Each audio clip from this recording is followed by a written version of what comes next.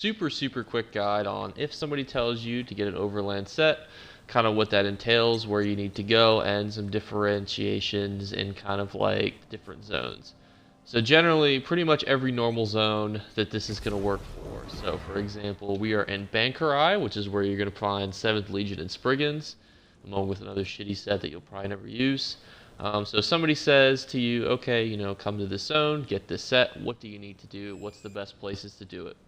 And that depends a lot on the pieces that you're looking for. So let's talk about what drops from where, what these little map pieces means, and then what you can do. So starting off with delves.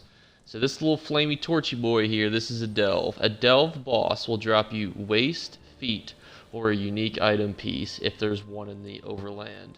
However, that's not generally the best way to get the unique piece. We'll talk about that a little later. So basically just think waist and feet. Now, we're going to go to Overland bosses. This is actually this triangle right here, from going here to here to here, back to here, is actually the best way to do this particular zone. Obviously, every zone is different. We'll talk about Overland bosses. That's where you're going to get your head, chest, leg, weapon, or unique weapon pieces. This is probably the best places to get unique weapons. I feel like the drop rates are just significantly higher. But world bosses obviously have, anywhere between, 1 million health to 1.6 million health. So that might be a little out of your range. So say you're grinding alone, you can also go to the public dungeons. You can get shoulders, hands, and weapons from there. So you're not going to be able to get your chest and legs, unfortunately, or your head pieces. However, you will be able to get your weapons there, which will kind of help bridge the gap on completing those 5-piece sets. Dolems, or the gigantic rings in the sky. That's where you're going to find your jewelry pieces. After it drops, you kill the final boss. Big old chest will come down. Open the chest. Generally, you get some good old pieces. And that's pretty much all the map-specific places. Now let's talk about treasure chests quickly. So treasure chests can be used also to get any piece or unique items. Also, generally, each zone will have like a specific delve that has a good amount of treasure chests in it that spawn really quickly. For example, if you're going and farming Mother's Sorrow, a lot of people will run this delve right here next to the public dungeon and this dolem to get treasure chests real quick to farm Mother's Sorrow's pieces. Unfortunately, there's so many sets and so many places you can go. I could talk about it all day on where to go, but just know that treasure chests have a good chance, especially if it's anything above a simple quality.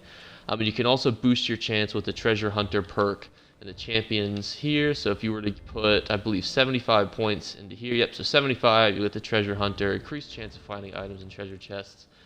That's one of the best ways to do it. And the final real way you can do it is zones story quests.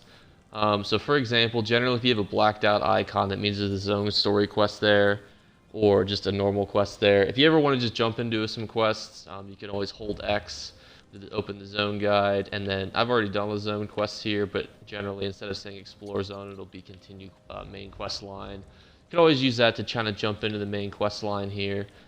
Generally not where you get the best pieces, mostly in each zone. Now let's talk very quickly about some exceptions, because as many of you know, especially if you go to the new zones, there's only Harrow Storms here. So for example, you go to the Reach, you go to anywhere with Harrow Storms, that's where you're going to get your jewelry pieces. But there are also even other exceptions too, like Rothgar, for example, has 0 dolems. So you're like, okay, where do I get my jewelry? And there are daily quest vendors here, like right here, right there, and then up here, that's where you're going to get your jewelry pieces. You can also get them from Overland chest farming. And generally, zones like this with no dolems, specifically Rothgar, generally have jewelry pieces that account for a lot more. Because you have other examples too, where you have geysers, for example, in Somerset, but geysers are fairly easy to do. You can generally solo them, and that's going to kind of be where you get your pieces from there, your jewelry pieces.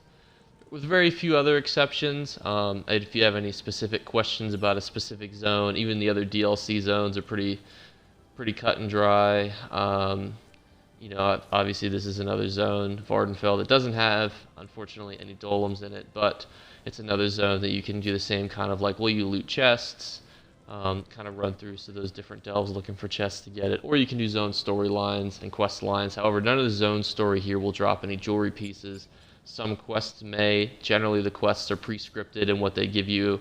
There are generally sometimes branching quest line pieces, so it's like, kill the bitch or lie and do whatever. Sometimes though we'll change the rewards that you get, sometimes not. You can look it up though if you're looking for a specific piece. Thankfully the sets in Vardenfell aren't too good, but this will be a good kind of gauge for all the main areas, all your pieces here, everything up here, everything over here. Same kind of run through.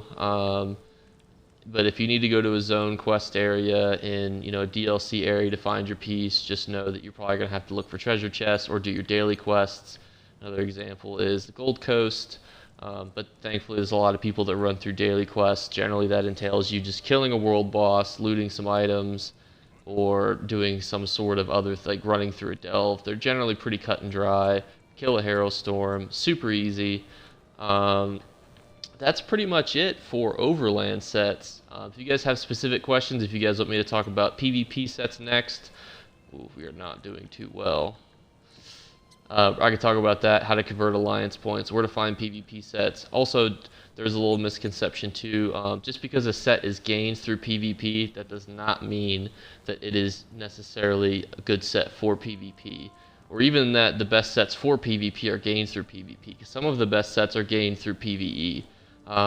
So your set may want you to use a set that you gain through PvP or PvE methods, regardless of what you're using it for. There's really no clear meta for that.